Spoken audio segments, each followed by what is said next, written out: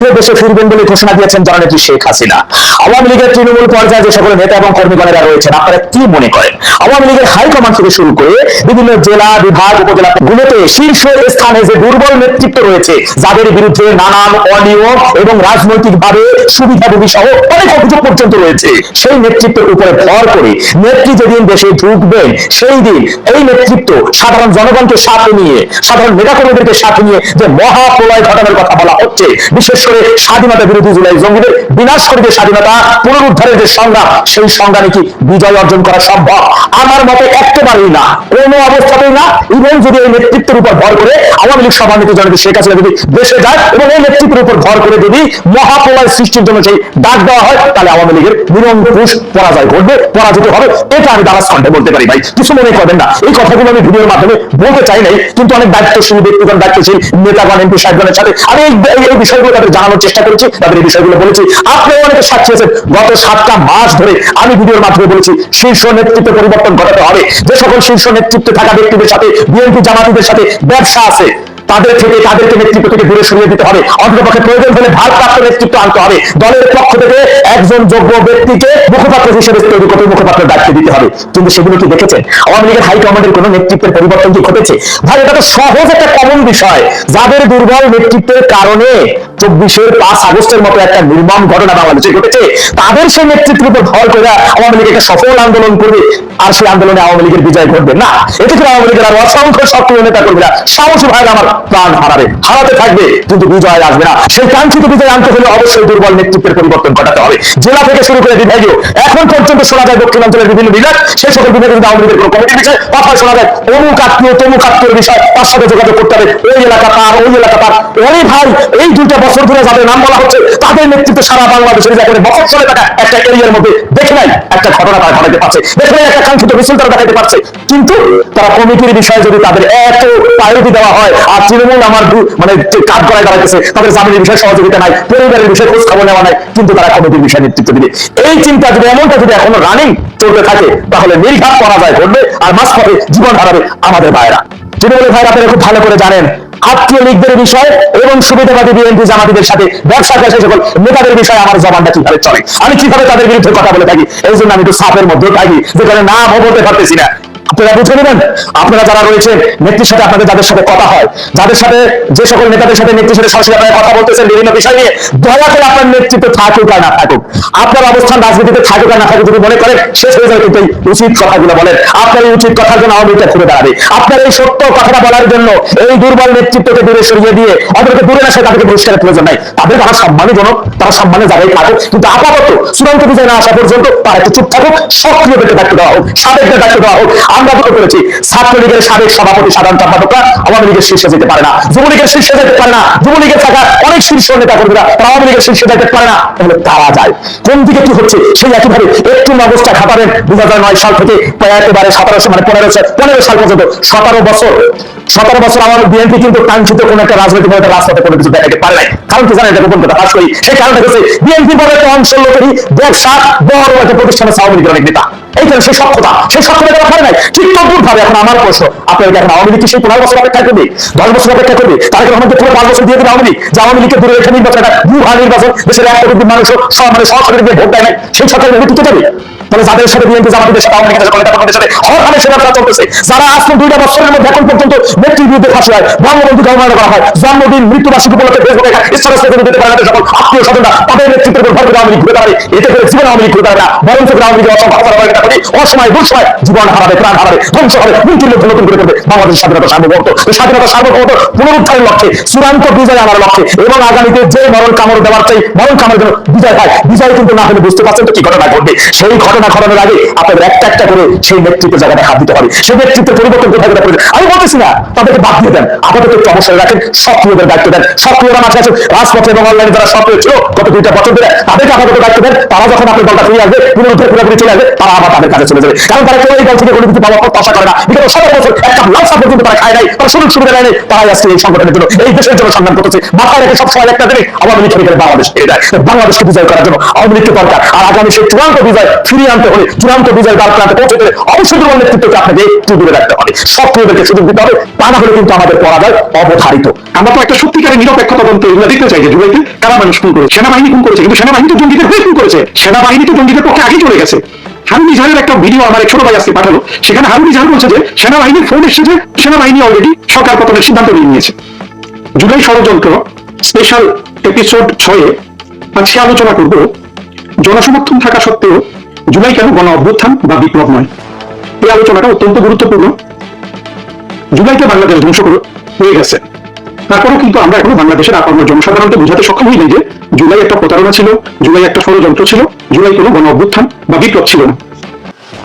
বন্ধুরা দেখুন, আমি আপনাদের আমার এই চ্যানেল সাবস্ক্রাইব করতে ইত্যাদি প্রতিদিন বলি না, মাঝে মাঝে বলি, বাট আমি মনে করি আমি যদি যুক্তি নির্ভর কথা বলি, যদি গুরুত্বপূর্ণ কথা বলি, তাহলে মানুষ আমার এই দুর্বল পরিবেশনা সত্ত্বেও সঠিকটা বুঝতে পারবে এবং একসময় সেটা শুনবে এবং সাবস্ক্রাইব করবে। আমি খুবই আত্মবিশ্বাসী। তবে আমি বলবো যে আপনারা এই জুলাই এপিসোডগুলো শুনবেন, কারণ জুলাইতে যা যা অপরাধ হয়েছে সেগুলো মানুষের মনে প্রতিষ্ঠিত করা খুবই প্রয়োজন, এবং সেই লক্ষ্যে কিন্তু প্রতিদিন আমি জুলাইয়ের উপর একটা করে এপিসোড করছি। এবং 2 বছর কিন্তু পার হয়ে গেছে, এখনো কিন্তু জুলাই নিয়ে মানুষের মনে যে ইমোশন আছে সেটা কাটেনি, সেটা কাটিয়ে আমাদেরকে দিতে হবে। প্রথম প্রশ্ন হলো যে জুলাইতে কি জনসমর্থন ছিল? অবশ্যই জনসমর্থন ছিল, কিন্তু এই জনসমর্থন একটা শুভঙ্করের ফাঁকিও আছে। আপনি কিন্তু সংখ্যা দিয়ে, আপনি সাধারণ তথ্য দিয়ে আপনি প্রমাণ করতে পারবেন জুলাইতে কিভাবে জনসমর্থন ছিল। এবং এই জনসমর্থন থাকার মূল কারণ কিন্তু বাংলাদেশের মুক্তিযুদ্ধের ভিত্তিতে বাংলাদেশ দ্বিধাবিভক্ত হয়ে থাকা, এই 2 ভাগ বাংলাদেশকে 1 ভাগ করতে না পারে। এই 2 ভাগের মধ্যে কে আছে? বড় শরিক বিএনপির জনসমর্থন 30%, 35%, এটা তো সবাই মেনে নিয়েছি আমরা, এটা উঠানামা করেন। তাহলে এই লোকগুলো জুলাইয়ের পক্ষে, এর কাউকে তো আপনি জুলাইয়ের বিপক্ষে আনতে পারবেন না। জামাত জুলাইয়ের পক্ষে, আর আওয়ামী লীগের জানায় যত হেফাজত ইত্যাদি গড়ে উঠেছে সবাই জুলাইয়ের পক্ষে। মানে জুলাইয়ের জনসমর্থন আসলে বিষয়টা এমন নয় যে আন্দোলনের লোকজন ঝাঁপিয়ে পড়েছে। আওয়ামী লীগের বিপক্ষে যে কোনো আন্দোলনেই আপনি বাংলাদেশে 50 ভাগ মানুষকে পাবেন। যে কোনো আন্দোলনে আওয়ামী লীগ যদি দেশটাকে সোনা দিয়ে মুড়িয়েও দেয়, আপনি যতদিন মুক্তিযুদ্ধের বিপক্ষের শক্তিকে বিনাশ না করবেন এই বাংলাদেশ থেকে, ততদিন আপনি আওয়ামী লীগের বিরুদ্ধে 50% জনগণকে এমনি মুক্ত পেয়ে যাচ্ছেন, কিছু করতে হবে না। আওয়ামী লীগ মনে করেন যে আরো 10 বছর ক্ষমতায় থাকতো প্রধানমন্ত্রী শেখ হাসিনা বাংলাদেশে একেবারে আপনার সব সমস্যা বাংলাদেশে সমাধান করে দিয়েছে। কিন্তু যেভাবে স্বাধীনতা বিরোধীরা বাংলাদেশে বেড়ে উঠছিল এবং তাদেরকে ঠেকানোর যে আওয়ামী লীগের কোনো পরিকল্পনা ছিল না, সেই অবস্থাটা যদি আপনার চলমান থাকতো, আওয়ামী লীগের কোনো ভালো গুণ, কোনো ভালো কর্ম দেশকে একেবারে আপনার সব সমস্যা দূর করে দিল, সকল মানুষের সব ধরনের সুখের ব্যবস্থা করলেও অটোমেটিক আপনি কিন্তু 50 ভাগ জনগণকে আওয়ামী লীগের বিরুদ্ধে রাস্তায় নামাতে পারবেন। আবার কিন্তু আওয়ামী লীগের পক্ষে আপনি কখনো 50 ভাগ মানুষকে রাস্তায় সেভাবে নামাতে পারবেন না। আওয়ামী লীগের জন্য কাজটা অনেক কঠিন, কারণ হলো আওয়ামী লীগের মধ্যে মুক্তিযুদ্ধের চেতনা লালন করার সেই ধরনের আপনার প্রেরণা বলুন কিংবা প্রজ্ঞা বলুন, যোগ্যতা বলুন, সেটা কিন্তু গড়ে ওঠে নাই। আবার অন্যদিকে মুক্তিযুদ্ধের বিরোধীদের কোনো চেতনা কিচ্ছু লাগে না। এরা যে বাংলাদেশকে ঘৃণা করে, এরা যে পাকিস্তানকে ভালোবাসে, এরা যে বাংলাদেশকে যে কোনো ভাবে হোক, বাংলাদেশে হয় পাকিস্তান পন্থা চালু করতে হবে, না হলে পাকিস্তানের সাথে আপনার ফেডারেশন করতে হবে বা কিছু একটা, ভারত বিরোধী, হিন্দু বিরোধী এবং মুক্তিযুদ্ধ বিরোধী এই আবেগগুলোকে কাজে লাগিয়ে যে কোনো সময় আওয়ামী লীগের বিরুদ্ধে 50 ভাগ মানুষকে নামিয়ে দেওয়া সম্ভব, কিন্তু আওয়ামী লীগের পক্ষে কখনো 50 ভাগ মানুষকে নামানো সম্ভব না। আওয়ামী লীগের বিরুদ্ধে 50 ভাগ নামাতে হলে আওয়ামী লীগ বিরোধী যারা আছে তাদের কোনো ভালো কাজ করার দরকার নেই। ঐতিহাসিকভাবে তারা যে ঘৃণা বাংলাদেশে প্রডিউস করে সাফল্য পেয়েছে সেটাই যথেষ্ট। আওয়ামী লীগের পক্ষে 30-40 ভাগ মানুষ নামানো কিন্তু কঠিন, কারণ আওয়ামী লীগ ঘৃণার পরিবর্তে যে বিকল্পটা ছিল মুক্তিযুদ্ধের চেতনা কিংবা আপনার ভালোবাসা, এগুলো দক্ষতার সাথে প্রতিষ্ঠিত করার জন্য আওয়ামী লীগের কোনো চিন্তা বুদ্ধি কোনো কিছু কখনো কাজ করে নাই। সেই জিনিসটা বুঝতে হবে। কাজে জুলাইতে রাস্তায় মানুষ নেমেছে, জুলাইয়ের এখনো সমর্থন আছে, এইটা কোনোভাবেই প্রমাণ করে না যে জুলাই একটা গণ অভ্যুত্থান ছিল। আরেকটা প্রশ্ন বিবেচনা করে দেখুন, একটা মেয়েকে একটা ছেলে তার সাথে আপনার প্রেম করলো, মেয়েটাকে বললো অমুক জায়গায় আসুক, এসে আসার পরে দেখলো যে এই প্রেমিক হলো ভণ্ড, মেয়েটাকে সে রেপ করলো, মেরে ফেললো। তাহলে আপনি পেছনের দিক থেকে তাকিয়ে কি ছেলেটাকে মেয়েটার প্রেমিক বলবেন? অথবা ধরুন একটা শিশুকে চকলেট দিয়ে একটা শিশু কিডনি বিক্রেতা আপনার জঙ্গলে নিয়ে শিশুটাকে খুন করে ফেললো, আপনি কি সেই শিশুর চকলেট যে দিল ওটা প্রশংসা করবেন নাকি কিডনি ওয়ালাকে আপনি পুলিশে দিলেন? জুলাইকে ঠিক একই ঘটনা ঘটেছে, বলেছে যে আমরা বাংলাদেশের ভালো করবো, নানান ছদ্মবেশ ধারণ করেছে, বঙ্গবন্ধুর নামে স্লোগান দিয়ে যেই শেখ হাসিনা 5 আগস্ট শেখ হাসিনা সরকারের পতন ঘটলো, সেদিনই কিন্তু বঙ্গবন্ধুর ভাস্কর্যের কাজে চলে বসেছে সবগুলা। এই প্রতারণাগুলো অনেক বলা হয়েছে, এগুলো সম্পর্কে আমরা সবাই জানি, এখানে বিস্তৃত ব্যাখ্যা করার দরকার নেই। দেখুন, যারা জুলাই সম্পর্কে বলে তাদের মধ্যে যাদের বুদ্ধিজীবিতা কিছুটা আমি শুনতে রাজি আছি, তাদের মধ্যে ধরেন আমি নুরুল কবিরের কথা আনবো। অন্তত নুরুল কবিরের মধ্যে এতটুকু সচেতনতা দেখা যাচ্ছে, এই জুলাই উত্থানের পতনের পর বাংলাদেশে কিন্তু কেউ বসবাস করতে পারবে না জুলাই উত্থানকারী সেই বুদ্ধিজীবীরা, সেই সলিমুল্লাহ বলুন, ফরহাদ মজার বলুন, ওরা এটা ধরেই নিয়েছে যে ওরা এই আরেক বাংলাদেশ, এই জুলাই জঙ্গিদের পতন এবং জুলাই উত্থানের পতনের পর সেই বাংলাদেশ আর ওদের থাকবে না। এরা ধরে নেওয়া কিন্তু এদের প্রচারণা এতটাই কঠোর, অর্থাৎ পুরো জুলাই তো পুরো বাংলাদেশের বুদ্ধিজীবী শ্রেণীকে গ্রাস করেছে। বুদ্ধিজীবী মানে হলো জঙ্গি গোষ্ঠীর পৃষ্ঠপোষকতা। সত্যিকারের মুক্ত বুদ্ধির বা উদার বুদ্ধিজীবী তো বাংলাদেশে আওয়ামী লীগ তৈরি করে নাই, আওয়ামী লীগকে তো সেই দোষ দিতেই হবে। বিপরীতটা কিন্তু জামাত সঠিকভাবে তৈরি করেছে, যেগুলো মুক্তিযুদ্ধের পক্ষে কথা বলতো সেগুলোকে মুক্তিযুদ্ধের পক্ষে ধরে রাখার প্রয়োজনীয়তা আওয়ামী লীগ বোধ করেনি। যেমন সলিমুল্লাহ খান, পয়সা দিয়ে কিনা যায় বা যে সুনাম দিয়ে কিনা যায়, কিংবা আপনার জনপ্রিয়তা ধার দিয়ে কেনা যায়, সেখানে কিনে ফেলেছে সলিমুল্লাহ সহ সবাইকে। আপনি আমাকে একটা অ্যাক্টিভিটিস দেখেন তো আওয়ামী লীগের, সেটা আওয়ামী লীগ করেছে? করে নাই তো। আওয়ামী লীগকে তো তার খেসারত দিতে হয়েছে জুলাইতে, কিন্তু সেই সাথে তো বাংলাদেশ খেসারতটা দিল। যখন প্রসঙ্গে ফিরে আসি, একমাত্র নুরুল কবিরের মধ্যে আমার কাছে মনে হয় তার একটা সচেতনতা আছে যে জুলাইয়ের পতন হলেও, মানে জুলাইয়ের পতন বলতে শেখ হাসিনা পতন না, জুলাইয়ে যারা উত্থিত হয়েছে তাদের পতনের পরেও যে বাংলাদেশে বসবাস করতে হবে, এই সচেতনতা কিন্তু আমি নুরুল কবিরের মধ্যে দেখি। সেই নিয়ে তিনি অনেক কথা বলে। জুলাইয়ের যে জুলাই যেসব আসলে তো প্রতারণা করেছে, কিন্তু নুরুল কবিরা এগুলাকে এখন জনআকাঙ্ক্ষা হিসেবে দেখে যে সেগুলো বাস্তবায়ন হয়নি, এইরকম একটা হতাশা নুরুল কবিরের মধ্যেও আছে। কিন্তু এই নুরুল কবিরও দেখবেন একবারও এখন পর্যন্ত তার মুখে শুনলাম না যে আমেরিকান ডলারগুলো আসলো, যেটা আমেরিকার প্রেসিডেন্ট পর্যন্ত সাক্ষী দিল, সারা বিশ্ব জানলো, আপনি যদি নুরুল কবির এই কথাটা তার মুখে একবার নেন, বুঝেন এরা কত কত মানে এদের চাতুর্য কত উঁচু মানের এবং অসততা কত উঁচু মানের। এই যে আপনার স্নাইপারের কথা শুনছি, স্নাইপার তো এখন ওই যে চিফ প্রসিকিউটর যে বিএনপি যেটাকে নিয়োগ করেছে, সে অন্তত স্বীকার করছে যে স্নাইপার ছিল। এখন সে বলছে যে এটা আওয়ামী লীগ সন্ত্রাসীরা স্নাইপার ইউজ করেছে, প্রমাণ করে দেখিয়ে দে, তাই না? আমরা তো একটা সত্যিকারের নিরপেক্ষ তদন্ত এগুলো দেখতে চাই যে জুলাইতে কারা মানুষ খুন করেছে, পুলিশ ছাড়া আর কারা কারা মানুষ খুন করেছে। সেনাবাহিনী খুন করেছে, কিন্তু সেনাবাহিনী তো জঙ্গিদের হয়ে খুন করেছে, সেনাবাহিনী তো জঙ্গিদের পক্ষে আগেই চলে গেছে। হারুন ইজহারের একটা ভিডিও আমার এক ছোট ভাই আজকে পাঠালো, সেখানে হারুন ইজহার বলছে যে সেনাবাহিনীর ফোন এসেছে যে সেনাবাহিনী অলরেডি সরকার পতনের সিদ্ধান্ত নিয়ে নিয়েছে।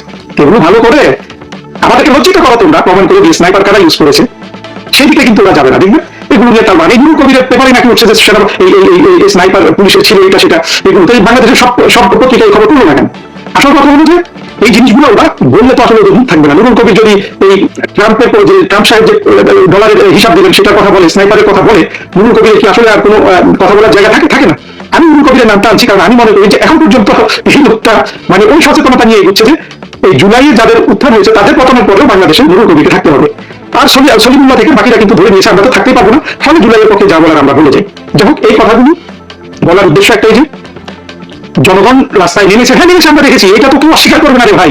জনগণ রাস্তায় নামলেই গণ অভ্যুত্থান হবে, এইটা হওয়াই উচিত ছিল, কিন্তু এত বেশি ষড়যন্ত্র করে ফেলেছে, এত বেশি প্রতারণা করে ফেলেছে, এবং সেই প্রতারণাটা কিন্তু সাধারণ প্রতারণা না। আমি যে দুটো উদাহরণ দিয়েছি ব্যক্তি জীবন থেকে, একটা শিশুকে আপনার চকলেট দিয়ে জঙ্গলে নিয়ে খুন করে তার কিডনি লিভার এগুলো নিয়ে চলে যাওয়া, কিংবা একটা মেয়েকে বা একটা ছেলেকেও বলতে পারেন, শুধু মেয়েদের কথা বলতে না, প্রেমের অভিনয় করে শুধু রেপ করার জন্য প্রেম করা, কিংবা সিরিয়াল কিলাররা ওইগুলো করে খুন করার জন্য প্রেম করা, আছে না এরকম উদাহরণ?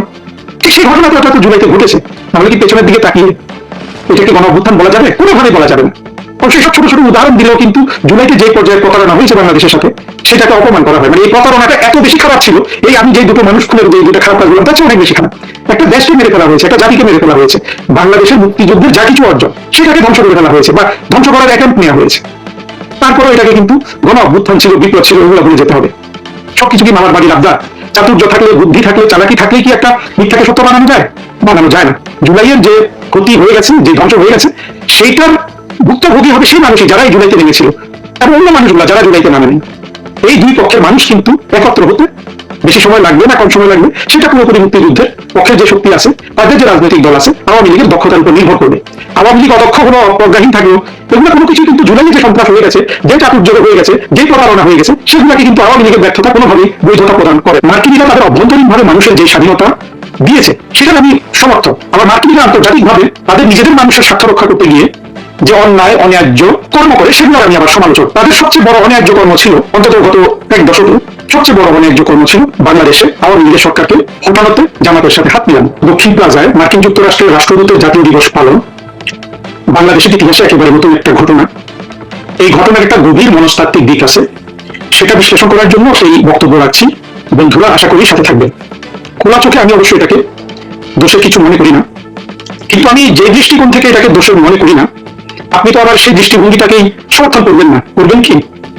তাহলে দেখুন, আমার সেই দৃষ্টিভঙ্গিটা কি, আমি ব্যক্তিগতভাবে মনে করি যে সত্যিকারের সম্প্রীতি কখন হয় জানেন? যদি আপনার মসজিদে হিন্দু এসে পূজা দিতে পারে, আপনি হিন্দুর মন্দিরে গিয়ে নামাজ পড়তে পারেন, তাহলে এটাকে একটা সম্প্রীতি বলে। আমরা কি সেই কথা কল্পনা করতে পারি? ভারত উপমহাদেশের হিন্দু মুসলিম কেউ কিন্তু এটা ধারে কাছে নেই। মন্দিরে মুসলমান ঢুকে, জানি না এখন সেটা হয় না, আগে হতো কোনো হিন্দু বাড়িতে মুসলমান ঢুকলে তো সেটাকে 7 বার ধোয়া হতো। আর মসজিদে ঢুকে পূজা দেওয়া, সেটা তো আপনি সাথে সাথে হিন্দুগুলার গলা কেটে ফেলবেন।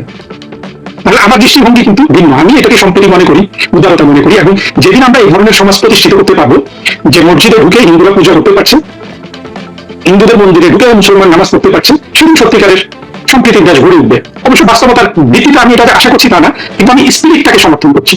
অন্যদিকে আমরা দেখেন খ্রিস্টানরা কিন্তু এতটুকু সম্প্রীতি কায়েম করেছে। আপনি যদি খ্রিস্টানের যে গির্জা আছে, গির্জা গিয়ে আপনি যদি নামাজ পড়তে চান কিংবা পূজা করতে চান, খ্রিস্টানরা কিন্তু সেটার অনুমোদন দেবে। ইহুদিদের ব্যাপারটা আমি জানি না, ঠিক ইহুদিদের অত বেশি পাই না, তো ওদের সাথে মানে এই পর্যায়ে আলোচনা করে এখন সুযোগ হয়নি। কিন্তু আমাদের সমাজে তো আসলে কোনো আদর্শ অবস্থা বিরাজ করে না। তাহলে তারেক রহমানের সরকার এই অনুমোদন কিভাবে দিলেন? অনুমোদনটা কোথা থেকে আসলো? এখানে মার্কিন যুক্তরাষ্ট্রের জাতীয় দিবস পালনের এই চিন্তাটাই বা কোন পক্ষ থেকে আসলো? এটা কি যুক্তরাষ্ট্রের দূতাবাস বা তাদের কারো মাথা থেকে এসেছে, না বাংলাদেশ সরকারের কোন হুমড়া চোমড়া তাদের মাথায় এই বিষয়টা ঢুকিয়ে দিয়েছে? এর আগে কিন্তু মার্কিন যুক্তরাষ্ট্রের রাষ্ট্রদূত এই একই দিন উপলক্ষে অনেকগুলো রিক্সাকে মার্কিন যুক্তরাষ্ট্রের পতাকা দিয়ে ছেড়ে দিয়ে এবং সেটা নিজে চালিয়ে একটা ইতিহাস তৈরি করেছিল। তখনও আমি একটা বক্তব্য রেখেছিলাম। আমরা যদি এই দক্ষিণ প্লাজায় যুক্তরাষ্ট্রের জাতীয় দিবস পালনের প্রশ্নটা করি, প্রথম প্রশ্ন হলো যে কেন এত যুক্তরাষ্ট্রের দূতাবাসের কি জায়গা নাই সেখানে জাতীয় দিবস পালন করার জন্য? আমি অবশ্য মার্কিন যুক্তরাষ্ট্রের বাংলাদেশে যে দূতাবাস আছে ওটাতে ঢুকিনি, কিন্তু অন্যান্য দেশে তো মার্কিন যুক্তরাষ্ট্রের দূতাবাসে গিয়েছি। ওদের দূতাবাসগুলো পুরো আপনার ইয়েটা এত বড় হয়, বাড়িটা, সেখানে 10-20 হাজার লোক অনায়াসে তাদের জন্য ব্যবস্থা করা যায় এবং সেভাবেই করে। বিশাল আয়োজন থাকে তাদের জাতীয় দিবসে। আমি ধরে নিচ্ছি তাদের ঢাকায় যে তাদের দূতাবাস, রাষ্ট্রদূতের বাসভবন আছে, সেখানে সেই ব্যবস্থা আছে। কারণ সাধারণত মার্কিন যুক্তরাষ্ট্রের বড় কোনো অতিথি আসে, ধরেন মার্কিন যুক্তরাষ্ট্র থেকে তো আমাদের প্রধানমন্ত্রী শেখ হাসিনা আমলে বিল ক্লিন্টন এসেছিলেন, উনি বোধহয় রাত্রি যাপন করেন নাই। মার্কিন যুক্তরাষ্ট্রের কোনো প্রেসিডেন্ট যদি বাংলাদেশে সফরে আসে, রাত্রি যাপন করলে আপনি নিশ্চিত থাকেন উনি কিন্তু ওই দূতাবাসকে নিশ্চয়ই অবস্থান করবেন। আপনি যত বড় 5-স্টার হোটেল দিয়ে দেন তাকে, আমাদের তো সেরকম নাই, তারা কিন্তু সেখানে থাকবেন না। বলছেন তাহলে প্রতিটা দূতাবাস তারা কত শক্তিশালী করে নির্মাণ করে। ফলে জায়গার অভাবে এখানে কোনো বিষয় না। আর কি বিষয় হতে পারে? আসলে কোনো বিষয় নেই। এটা হলো যে তারেক রহমানের সরকার এবং ইউনূসের সরকার, তারা যে মানসিকভাবে মার্কিন যুক্তরাষ্ট্রের নিরাপত্তা বলয়ের অধীনে ঢুকে গেছে, তারই একটা বহিঃপ্রকাশ। আর বাংলাদেশের সাধারণ মানুষের প্রতি এটা কি জানেন? এটা হলো এই অবুঝ অবোধ নির্বোধ মানুষগুলো যে বছরের পর বছর পিনাকিদের গালি খেয়ে এইটা বিশ্বাস করেছে, সম্পূর্ণ একটা মিথ্যা বিশ্বাস যে ভারতের কাছে বাংলাদেশ বিক্রি হয়ে গেছে। এই মানুষগুলোর উপর একটা খোদাই গজব নাজির হয়েছে। গজবটা কি? যে দেশ বিক্রি হয়ে যাওয়া অনুভূতিটা কি সেইটা বোঝানোর জন্য তাদেরকে দেখাচ্ছে যে মার্কিন যুক্তরাষ্ট্রের এই ঘটনা। সত্যিকারে আপনি যদি আপনার স্বাধীনতা, সার্বভৌমত্ব ইত্যাদি কোনো রাষ্ট্রের কাছে বন্ধক রেখে দেন, তাহলে আপনার পক্ষে এই ধরনের ঘটনা হজম করা সম্ভব। আমি ব্যক্তিগতভাবে এটাকে স্বাধীনতা, সার্বভৌমত্ব বিক্রির বিষয় হিসাবে দেখি না। আমার দৃষ্টিভঙ্গি তো আমি আগে বলেছি যে আমার দৃষ্টিভঙ্গি হলো যেদিন মসজিদে হিন্দু গিয়ে পূজা করতে পারবে, যেদিন মন্দিরে গিয়ে মুসলমান নামাজ পড়তে পারবে, সেদিনে সেটা একটা আদর্শিক অবস্থা আমি মনে করি। সুতরাং আমার বিশ্বাসের সাথে আসলে বাংলাদেশের মানুষের বিশ্বাস মোটামুটি মিলবে না। তারপর এবং আমার উদারতার দিক থেকে আমি এটাকে স্বাধীনতা, সার্বভৌমত্ব হস্তক্ষেপ মনে করি না। কিন্তু বাংলাদেশের মানুষ যে ভারতের বিরুদ্ধে মিথ্যা প্রপাগান্ডা গিলেছে, মগজ ধুলাইকৃত হয়েছে, চিন্তারহিত হয়েছে, তাদের এখন তারা এই স্বাদটা না পেলেও তাদের চোখে অন্তত আঙ্গুল দিয়ে দেখিয়ে দিচ্ছে তারেক রহমান যে সত্যিকারের স্বাধীনতা, সার্বভৌমত্ব চলে গেলে কি ধরনের অনুভূতি তোমাদের হওয়া উচিত। এই অনুভূতি কিন্তু বাংলাদেশের মানুষের হয় না। এটা যদি ভারত করতো, ভারত করলে তারেক রহমানের সময় করলে কি হতো জানি না। আমার সময় ভারত করলে একটা জিনিস ছিল যে বাংলাদেশ আগুন, পুরা বাংলাদেশে মৌলবাদীরা আগুন দিয়ে জ্বালিয়ে পুড়িয়ে ছাড়খাড় করে দিত, তাই না? মার্কিন যুক্তরাষ্ট্রের এই অবস্থাটা আসলে এটার কি জবাব তারেক রহমানের কাছে আছে? কালকে যদি চীনের রাষ্ট্রদূত এই একই কাজ করতে চায়, তাকে তো অনুমতি দিতে হবে। তা কোনো দেশের স্বাধীনতা দিবস পালন এমন কোনো বড় ঘটনা নয় যে সেটাকে আপনার অত্যন্ত গুরুত্বপূর্ণ একটা স্থানে সেটা আয়োজন করতে দিতে হবে। আয়োজন আপনি করতে দিতে পারেন যদি দূতাবাস থেকে আপনি যেই কাজটা হয়ে গেছে সেটার জন্য যদি আপনি $30 মিলিয়ন দাম ধরেন, টাকা তো দরকার তারেক রহমানের, তাই না? যদি $30 মিলিয়ন আদায় করেন তাহলে ঠিক আছে, আপনি আপনার এই জায়গাটা ভাড়া দিলেন। সেটা কি করেছে? আসলে পুরো প্রক্রিয়াটার মধ্যে যে মনস্তাত্ত্বিক বিশ্লেষণটা বললাম, সেটা হলো বুঝে কিংবা না বুঝে হোক, তারেক রহমান খুব গভীর অনিরাপত্তায় ভুগছেন, এবং তিনি এবং তার সরকার তারা কিন্তু মনে করছেন যে তাদের একমাত্র প্রোটেকশন হলো মার্কিন যুক্তরাষ্ট্র। ঠিক যেমন একসময় সাদ্দাম হোসেন মনে করতো তার একমাত্র প্রোটেকশন হলো মধ্যপ্রাচ্যে মার্কিন যুক্তরাষ্ট্র। সেই প্রোটেকশনের কথা চিন্তা করে কিন্তু ইরানের সাথে যুদ্ধ লাগিয়ে দিয়েছিল। তারেক রহমান একই প্রোটেকশন অনুভব করে যদি আঞ্চলিক জায়গায় হঠকারী সিদ্ধান্ত নিতে থাকেন, আমি অন্তত অবাক হব না। তো পাশাপাশি একটা কথা বলে রাখি, মার্কিনীরা তাদের অভ্যন্তরীণভাবে মানুষের যে স্বাধীনতা দিয়েছে সেটার আমি সমর্থক। আবার মার্কিনীরা আন্তর্জাতিকভাবে তাদের নিজেদের মানুষের স্বার্থ রক্ষা করতে গিয়ে যে অন্যায় অন্যায্য কর্ম করে, সেগুলোর আমি আবার সমালোচক। তাদের সবচেয়ে বড় অন্যায্য কর্ম ছিল, অন্তত গত এক দশকে সবচেয়ে বড় অন্যায্য কর্ম ছিল বাংলাদেশে আওয়ামী লীগের সরকারকে হটানোতে জামাতের সাথে হাত মিলানো। আবার আমি এটারও সমালোচনা করি, আওয়ামী লীগ সরকার মার্কিন যুক্তরাষ্ট্রের সাথে যে পর্যায়ে সম্পর্কে অবনতি করেছিল, সেটাও ছিল আওয়ামী লীগ সরকারের কূটনৈতিক ব্যর্থতা, চিন্তার অগভীরতা, প্রজ্ঞার অভাব। দেখুন, ইরান যুদ্ধের সাথে যখন ইরান যুদ্ধ বিষয়ে কথা বলে, মার্কিন যুক্তরাষ্ট্রের প্রেসিডেন্ট ছাড়া কেউ কিন্তু কথা বলে না। অর্থাৎ ইরানের সাথে সে লেগেছে কিন্তু সর্বোচ্চ পর্যায় থেকে। বাংলাদেশের সরকারের যে পতন মার্কিন যুক্তরাষ্ট্র করেছে, সেখানে কি কখনো জো বাইডেনকে একটা কথা বলতে শুনেছেন? বা তাদের উচ্চ পর্যায়ে যা করার ওই পিটার হাস আর ডোনাল্ড ব্লু করেছে। অর্থাৎ আওয়ামী লীগের সরকার একেবারে নিম্ন পর্যায়ের কর্মচারীগুলোর সাথে তারা কূটনীতি করতে ব্যর্থ হয়েছে। এটা কিন্তু অস্বীকার করার কোনো জো নাই। তবে সেখানে আওয়ামী লীগের যে নীতিগত সিদ্ধান্তগুলো ছিল, সেগুলো কিন্তু আবার আমাদের জন্য প্রয়োজনীয় ছিল। যেমন আজকের আলোচনাটা তো ওই বিষয়ক না, কিন্তু এই কথাগুলো যদি আমরা একসাথে বলে না রাখি, তাহলে পুরো জিনিসটা কিন্তু বোঝা যাবে না। আমাদের কারো কারো মনে হয় যে তারেক রহমান অনেক বুদ্ধিমানের কাজ করছেন। আমি গতকাল তারেক রহমানের ওই এক জায়গায় ভাষণ শুনছিলাম, যে জায়গায় ভাষণে সালাউদ্দিন সাহেব বলেছিল যে আওয়ামী লীগের কবর রচনা হয়ে গেছে, দিল্লিতে কবর রচনা হবে। সেখানে আবার তারেক রহমানের ভাষণটা ভালো ছিল, কিন্তু তারেক রহমানের কাজ কর্মযোগ্য বা সিদ্ধান্তগুলো কোনোটাই কিন্তু তার ভাষণের রিফ্লেকশন নাই। এটা কি তারেক রহমান একটু ভেবে চিন্তে দেখবেন যে আপনার বক্তব্যের কোনো রিফ্লেকশন কেন আপনার সরকারে প্রতিফলিত হয় না? এইটা তারেক রহমানের বিবেচনা করে দেখা দরকার। তবে যে কুদৃষ্টান্ত স্থাপিত হলো মার্কিন যুক্তরাষ্ট্রকে সংসদের দক্ষিণ প্লাজা ছেড়ে দিয়ে, এটা স্বল্প বা দীর্ঘমেয়াদে কি প্রভাব আছে সেটা এখনই বলা যাচ্ছে না। কিন্তু তারেক রহমানকে যে দীর্ঘদিন মৃত্যুর পরেও এই বদনাম বয়ে বেড়াতে হবে, তাতে আমাদের বিচারহীন এই রাষ্ট্র ব্যবস্থার জন্য শেখ হাসিনার শাসন কি একমাত্র সমাধান? আপনার কি মনে হয়? কমেন্টে জানাবেন। এটা আপনার মতামত, আপনি কমেন্টে জানাবেন। আমরা পরবর্তীতে আপনাদের কমেন্টের উপর ভিত্তি করে আরেকটা ভিডিও বানাবো। কিন্তু আজকের এই ভিডিওটা আপনাদেরকে পুরোটা দেখার আমন্ত্রণ জানাচ্ছি এই কারণে, সাম্প্রতিক সময়ে একটা খবর দেখলাম, সেটা হচ্ছে 4 সন্তান নিয়ে মায়ের ধর্ষণকারীকে গলা কেটে হত্যা করেছে, জবাই করেছে এক কথায়। এখন আমার কথা হচ্ছে, মায়ের ধর্ষণকারীকে 4 জন মিলে জবাই করলো, নিঃসন্দেহে এটা উত্তম একটা কাজ হয়েছে, এতে কোনো সন্দেহ নেই। কিন্তু আইন, রাষ্ট্র, বিচার ব্যবস্থাপনা কতটা ভঙ্গুর হলে মানুষ আইন নিজের হাতে তুলে নিতে পারে? কতটা বিচার ব্যবস্থা ভঙ্গুর হলে, আইন প্রশাসনের প্রয়োগ ভঙ্গুর হলে মানুষ ধর্ষণের মতো একটা নির্দিষ্ট কাজ করার সাহস পায়? তার মানে বর্তমান সময়ে আইন শৃঙ্খলা পরিস্থিতি নাজুক অবস্থায়। এরপর সরকার চাপা পাবে না, আইন শৃঙ্খলা পরিস্থিতি ঠিক আছে, কোনো সমস্যা নেই। কিন্তু আইন শৃঙ্খলা পরিস্থিতি যদি ঠিক থাকে, নারীদের ধর্ষণ হয় কেন? গুপ্ত হত্যা হয় কেন? লাশ পাওয়া যায় কেন? তার মানে এটা এক ধরনের রাষ্ট্রীয় অবহেলা ছাড়া কিছুই না। আইন আছে, সংবিধান আছে, প্রয়োগের ক্ষেত্রে রাষ্ট্রীয় অবহেলা আছে বলেই সাধারণ মানুষ আতঙ্কে নির্ভর করছে, নারীরা ধর্ষণের ঝুঁকি নিয়ে চলাচল করছে। এটাই বাস্তবতা। সালাউদ্দিন আহমেদকে যদি এই ব্যাপারে বলা হয়, তিনি নানান ডকুমেন্ট দেখায় বলে এই হয়েছে ভাই, কাগজে কলম তো সব হয়েছে, কাগজের কলমে আমাকে হত্যাকারী বানানো হয়েছে। তো কাগজ কলম দিয়ে কি দুনিয়া চলে? চলে না। বরং কাগজের কলমে যেটা লিখবি তুমি, সেটা যেন বাস্তবিক প্রয়োগ থাকে, তখনই কিন্তু বাস্তবতা আর কাগজের সাথে যখন মিল থাকবে কার্যক্রম, তখন সাধারণ মানুষ কিন্তু তোকে সমর্থন দিবে। তুই করে বললাম এই কারণে, কারণ তুই এর যোগ্য। বর্তমানে রাষ্ট্রীয় ব্যবস্থাপনায় তুই এর যোগ্য, কারণ তুই ঠিকঠাক মতো আইন শৃঙ্খলাকে প্রয়োগ করতে পারিস নাই। তুই ঠিকঠাক মতো আইন শৃঙ্খলা রক্ষাকারী বাহিনীকে বাংলাদেশের জনগণের জন্য ব্যবহার করতে পারিস নাই। তুই আছিস আমেরিকার কাগজানি নিয়ে ব্যস্ত। রাষ্ট্র এখন জনগণের দিকে ফোকাস না, এটা 100% সত্য। কেন বলছি এটা? কারণ রাষ্ট্র এখন পুরোপুরি কূটনৈতিক বিশ্ব খেলায় ফোকাস হয়ে গেছে, এবং কূটনৈতিক বিশ্ব খেলায় ফোকাস হয়ে যায় বাংলাদেশের সাধারণ জনগণকে আড়াল করছে সত্য তথ্য থেকে। যার ফলে জনগণ একদিকে, রাষ্ট্র একদিকে, রাষ্ট্রের নেতা একদিকে, সরকার একদিকে, এইভাবে চলতেছে দুনিয়াতে, এইভাবে চলতেছে বাংলাদেশ। সালাউদ্দিন আহমেদ স্বরাষ্ট্রমন্ত্রী, কিন্তু আইন শৃঙ্খলা রক্ষাকারী বাহিনীর দিকে তাহলে দেখা যায় তারা শুধু আওয়ামী লীগ, যুবলীগ ছাত্রলীগের ছেলে মেয়েদেরকে গ্রেপ্তার করা নিয়ে এত আগ্রহ যে সাধারণ মানুষের জানমাল রক্ষার ক্ষেত্রে যে তারা কাজ করবে বা ভূমিকা রাখবে সেটার ক্ষেত্রেও তাদের কোনো দায়বদ্ধতা কাজ করে না বা তারা স্বেচ্ছাই সেটা করে না, সেই কাজগুলো করে না। জনগণ ভুলাই যায়। ব্যাপারটা এরকম, র্যান্ডম একটা জনগণকে হেল্প করে বা আইনি সহায়তা দিয়ে লাভ কি?